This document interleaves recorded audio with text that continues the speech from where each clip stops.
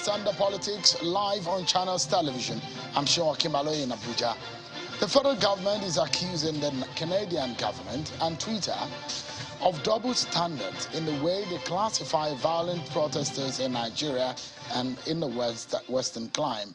The Minister of Information and Culture, Alhaji Lai Mohammed, made the accusation at a media briefing in his hometown of Oro in Kwara State, where it was reacting to the unfolding event in Canada, where truckers are protesting over COVID-19 vaccine mandates and other COVID-19 restrictions. Elijah Mohammed says Canada and Twitter, which had called the hoodlums who destroy public and private properties in Nigeria during the EndSARS peaceful protesters, turned around to tag similar protesters in their own countries as insurrectionists and terrorists. Take a listen to the minister. During the EndSARS protests, which culminated in the blockage of public roads and massive destruction of government and private property, Canada was one of the countries that spoke out in support of the protesters. Recall also that Twitter actively supported the EndSARS protesters and even raised funds, while GoFundMe was used to raise funds for the protesters. These are the same entities that are now rushing to distance themselves from the protests in Canada and even denying them the use of their platforms. This is similar to what played out during the January 6, 2021 insurrection at the U.S. Capitol in Washington, D.C., where those involved are either still being investigated or have been charged to court. I don't blame them. Nobody wants their country destroyed under the guise of protests.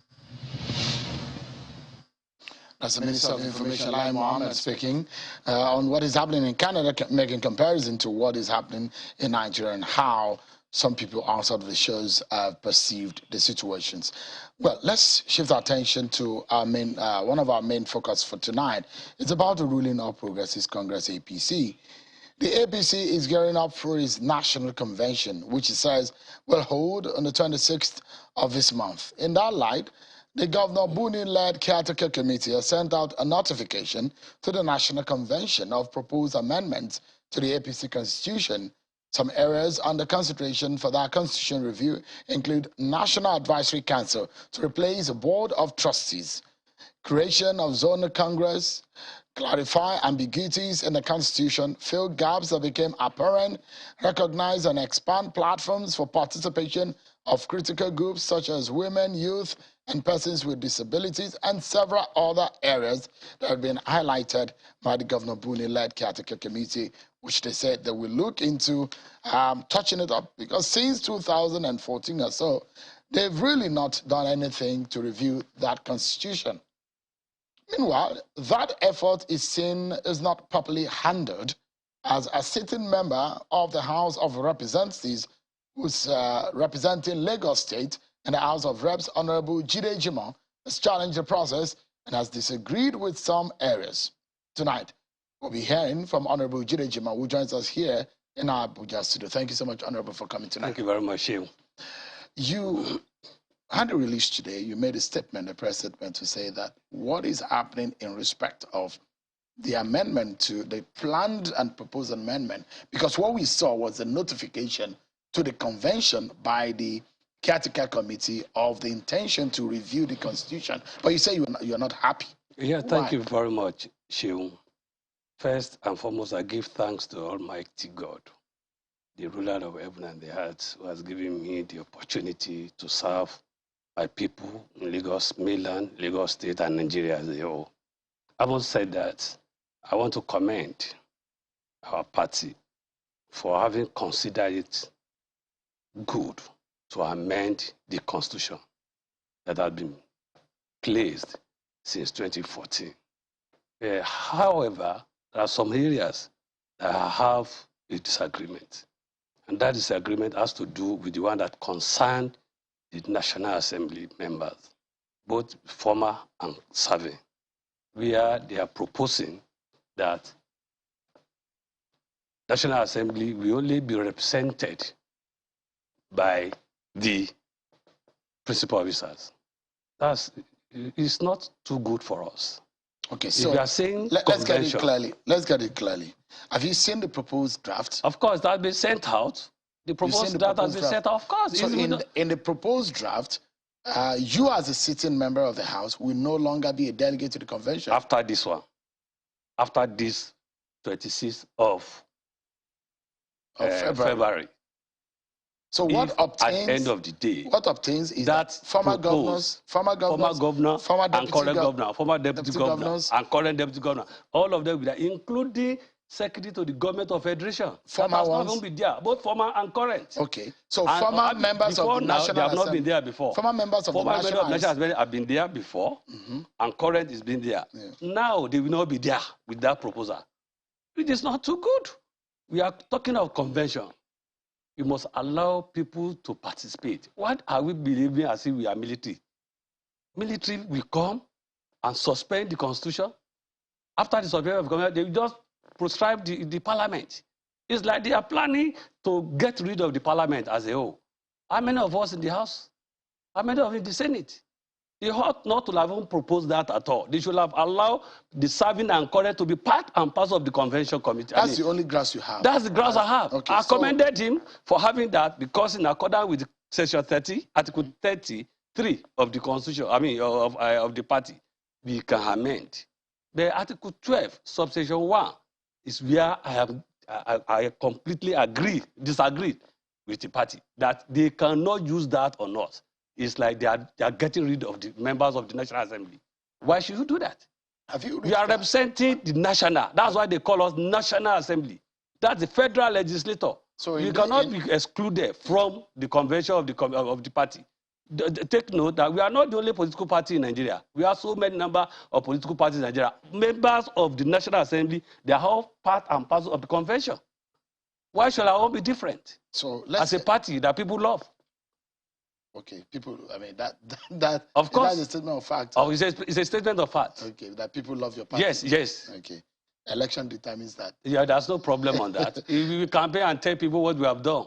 Okay. So I look at this and I'm wondering, maybe when drafters of constitution sit down and they draft, they may see reason why they need to tweak, change. If that existed and they're planning to change it, they might have some reasons. Have you tried to communicate with those who are working on it? I know Professor Tahir Maman is leading the team. I have written a letter to the chairman caretaker committee to that respect.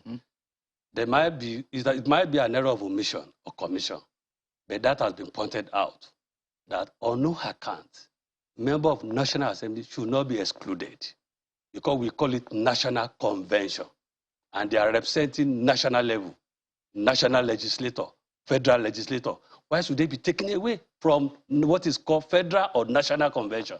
They should be part and parcel of that convention. That's what I'm saying. So the process of... That's the essence of being the legislator at the federal level. The process of reviewing the Constitution, has that process been announced? Because it was only been announced already. The notification that is what has been announced. The notification has been announced. People have laid hand on those things. I am now telling you that Section 12, Article 12, Section 1 of that proposed one, they are planning to take away the members of the National Assembly away from it, except the principal officers. As statutory delegates. Yeah, exactly, as statutory delegate. And we have been there before today. Have been issued. I mean, including powers of attendance and powers of election. Of course, yes. If you cannot attend, you can't elect. You have to be part. That's why you are being called federal legislator. Have you been able to ask the reason why they're doing that? No, that's why I've written that letter. And I know by the time they sit down and read the letter, they'll be able to digest it very well and make a decision. But before a decision can be made, it's better for you to point out that error.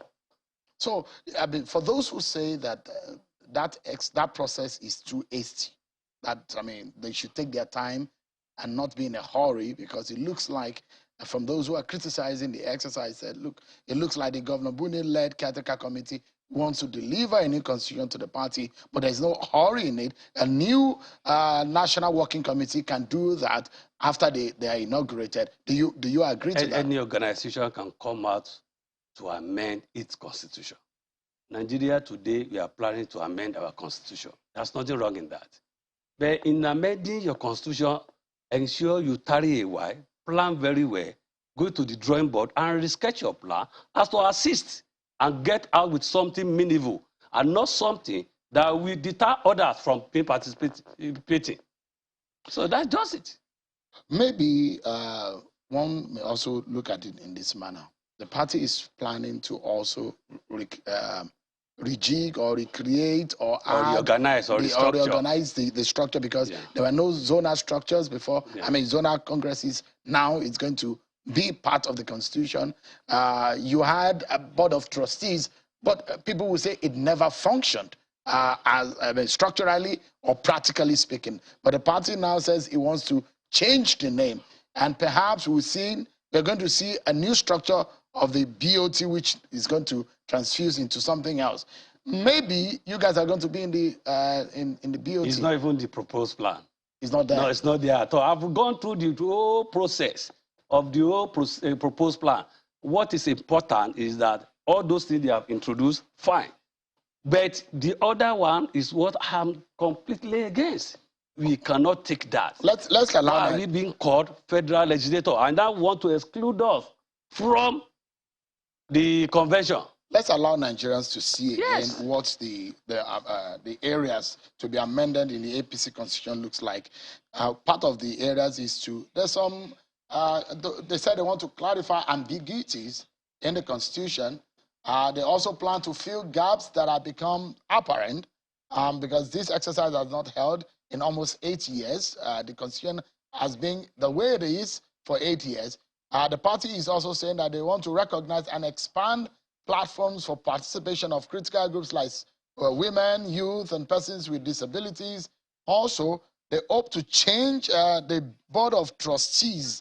The nomenclature will change. They place the board of trustees under a new title called National Advisory Council, now streamline memberships and clear powers and function. They also create zonal congresses. And these are some of the areas that the party says that it wants to look into.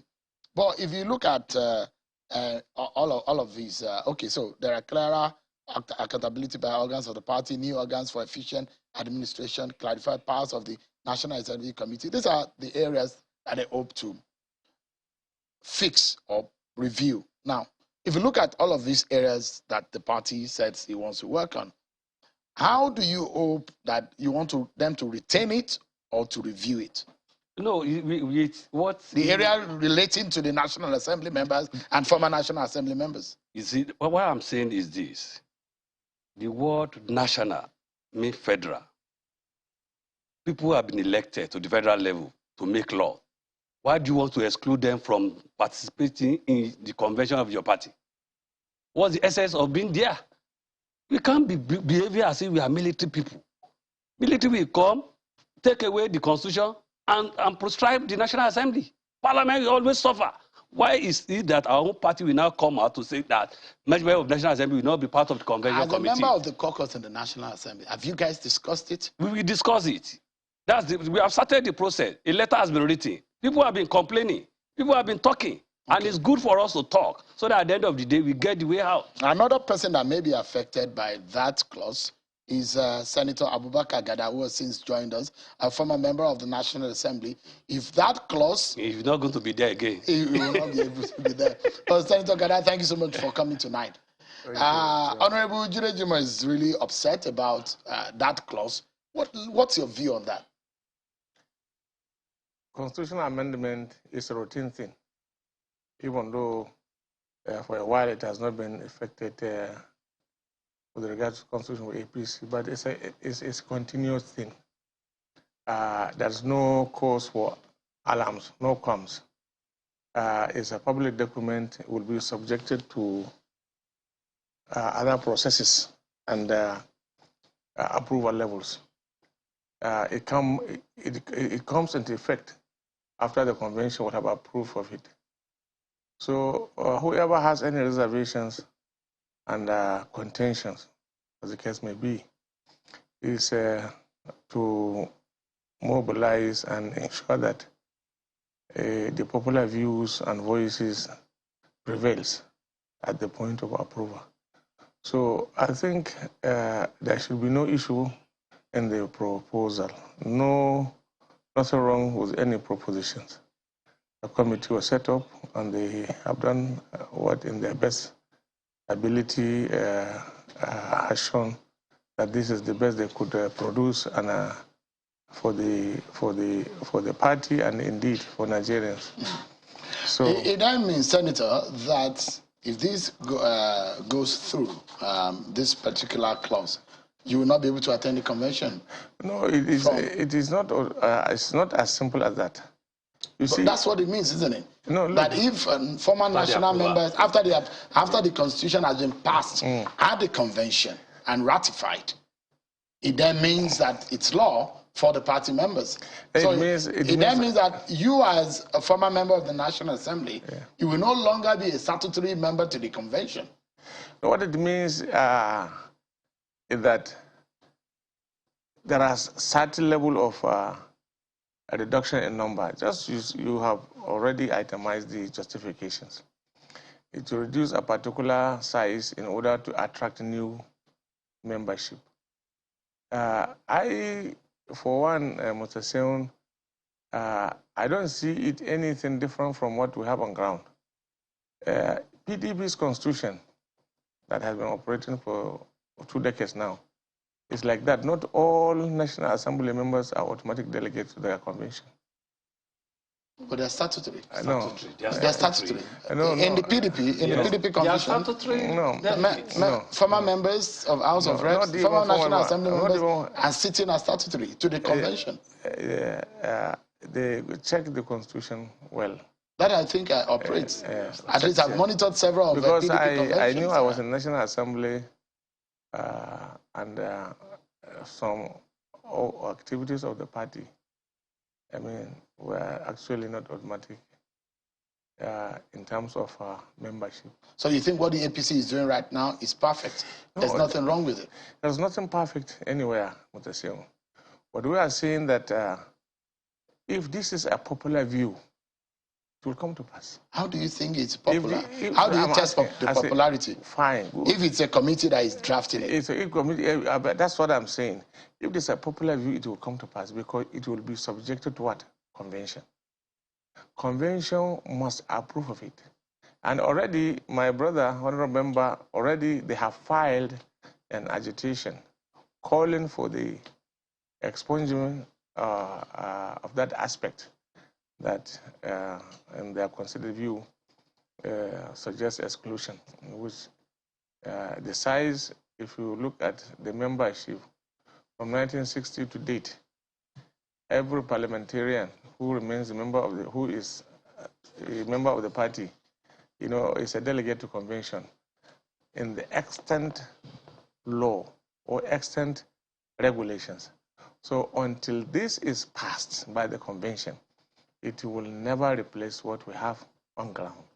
So if this number is such a huge and gargantuan, one will have no fear that if the wisdom of the committee as set up by the party and the different stages of approval as enshrined in the Constitution have fallen short of the popular expectations and will of the party members, at the convention level, it will be reversed. Because I'll allow you, Honorable Jimo, to respond to what Senator Gada has said, but the consideration now is that when it comes to taking the powers, voting powers of a member of a political party is concerned, isn't that too far? Isn't that too extreme? When you take away the power of... Because what you have explained is that maybe the consideration of the drafters are that there will be too much, if you say former members of the National Assembly from 1960 to date, that might be too much. But, I mean, to the extent that if you exclude them, you have taken also their powers, their voting powers away from them. So part of, I mean, the ability to attend is on one hand, the powers to vote is another thing, which is very paramount. So, see, Constitution is a document. Like you rightly observed, there is no perfect document anywhere. These amendments is incremental issues. It comes, as the views and the agitations, swollen. All right. It will now come to fruition that an item of such will now be included in the deliberation, discussions, and the propositions for amendment. So, be that as it may, we are going towards convention. And Nigerians and the party members particularly, it's up to them to understand the implication of this. All right. Let me allow Honorable Jimo to respond to that. No, why do you have to go for national convention and take away national legislator away from there? And now introduce secretary to the government of federation to be part of convention. This is secretary to the government of federation that has never been elected. I now want to bring him in and take away those that have been elected, that have the power of people from the various level down to the national level, away from the system. It's never. It's not the best system. All right. So that's why we must not wait on that is done. He has rightly pointed out. That's why we have written, we are complaining. We want to put it to them, across to them, and tell them this is wrong. This is the way out. It's based on what Senator Gada said. Yes. In terms of the numbers. Yes. So if you look at there's been 9. We are on the 9th National Assembly now. Yes. So if you look at that number from 1960, if you say former 1960, how many of them were in the National Assembly as 1960? So if he's saying that the numbers are going to be too much, has there been any political party that controlled the entire National Assembly? No. It has been varied. PDP, UPN, Action Congress, this and that, and they might not even belong to the same party. So the number of people that fall into PDP, we go for PDP. The one that fall within the APC, we go for APC. The one that is in APGA, we go for APGA. You should not do away with whatever thing you think will bring a better system. When people are being elected, you must take the value of that election. That shows the person is very popular. Now you now want to have your convention, called national convention. You want to take away federal legislator, parliament, away from it. It's never done anywhere. All right. In the whole world. Even the United States of America, they respect the Congress people. You must respect that parliament. You think that your party has sidelined the Congress? I mean, I have not said they have sidelined. They are planning to do that through that proposal, and we must call them to order. If they go ahead and do, what would you do? No, just wait and see. There's nothing we can do, but something else will come up. Do you think that there is something that is fishy about this plan? I cannot say, but we have to point it to them that this is what is happening. We must not do this, because of that. Would you say that the party is not sensitive to the feelings and the agitation? They are not sensitive to the feelings and the agitation of the National Assembly. How can you take them away from it? It's never done anywhere. Has this been the behavior of the leadership of the party? No. I don't. They have just started this. Ab initio, we have been part and parcel of the system. But after this convention, after this approval, if that is done, that's the end of the whole show. And because I'm not fighting for myself. I know, and I'm not the fighting question for those that have become after us. Another question, Honorable, is that, I mean, in the last few years of our democracy, we see how robust the engagement with the caucuses in the National Assembly is. Yes. But I'm not sure that has happened so much in the party. No, it has happened. The Senate President, the Senate President and the Speaker will come into this and we discuss an issue, as he has rightly pointed out. I'm saying the caucus's engagement with the executive, our caucus politically speaking. Our caucus will engage the party before the convention. They will engage the party before the convention. And I know something will happen. Okay. He has said it, that when we get to convention and we have the popular opinion, you can imagine that number that has been existing now, come to that convention and say no to that amendment. What do you think will happen? That will be the end of the whole show. Well, but in order not to allow that to happen, let us resolve amicably and get things done. But usually, review to constitution are never put to vote on the grounds of the convention. No. It's a yes or no. It's usually by voice votes. Yes. So in that sense, the presiding officer may not even hear you from the stand when you say no. At the end of the day, people will not hear you that this is what has happened. And when it is ratified and passed, Then move to the next item. But it's going to be on record that somebody somewhere has pointed it out before now. If anything happens at the end of the day, they will know. Okay, let me ask so that we can wrap up now and allow Senator Gada also to weigh in on this. Should your party consider a consensus system towards that convention? Anything can happen. But what do you think? You've been in politics for several years. Of course, now. Yes. What do you think will favor your party? Can your party afford to go for an elective process to that convention? Won't it be rancorous? I think it depends on the choice of people. It depends on the choice of people. If we agree today amicably and resolve, this is the way forward, it will go that way and nothing will happen. Because we're seeing a lot of division in your party already. So the affairs of the members. That. No. It's what is obvious. I mean, I'm not a member of your party, but we are watching you from the sidelines. And you are now saying that we're seeing there's a lot of division in your party. And the fear some of the leaders of your party have is that your party cannot afford to go into that convention without having to do consensus. I'm not. That is going to divide I want your to party tell you now, I have not perceived that to happen. Senator You Gada. can see some kinds of agreement and disagreement, which is happening everywhere, even in the family home. That is bound to happen. But the most important thing is that we will come out on the 26th of February victorious. Senator Gada, what's your view? Consensus, should it be considered greatly for the convention? What I have in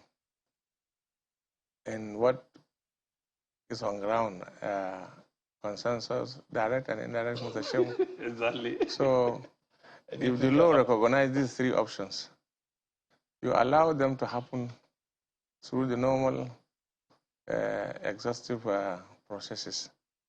Whatever is in the larger interest, in the best interest of the party, is what will prevail.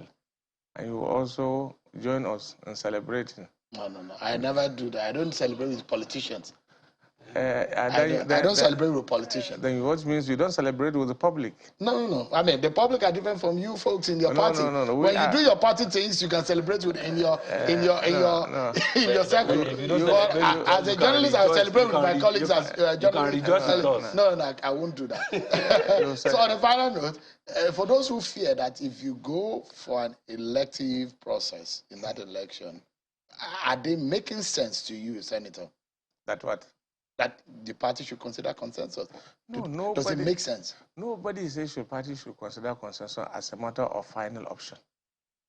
What we are saying, one of the reasons why the agitation for multiple options has been aggressively pursued, and today we have that as a reality. That is what Nigerians will want being seen, tested. You see, where a consensus will give you the best result. In that particular circumstance, you go for it. If it is direct, it will give you what you need as the most legitimate result. You go for it. If indirect will give you that legitimacy and acceptability from the products or outcome of whatever is being produced, you go for it. The most important thing in a democratic engagement is multiplicity in options. And then you examine what you think should be the case in each particular circumstance. I wish your party the very best. And when you get things right, rejoice very well in your circle. We'll watch you from the circle. We'll invite you to rejoice. No. I don't join politicians to rejoice. There's a lot of implications to that. But thank you so much, Senator Fakabia and Honorable Jinejima. Thank you. Appreciate it. We'll take a break, everyone. And when we return, the INEC rep for the FCT, Alhaji Yaya Bello, joins us alongside Mr. Ezenwa Nwagu. Both of them will be taking an assessment of the FCT election and the lessons ahead of Ekiti and Osun elections. Stay with us, everyone. We'll be right back.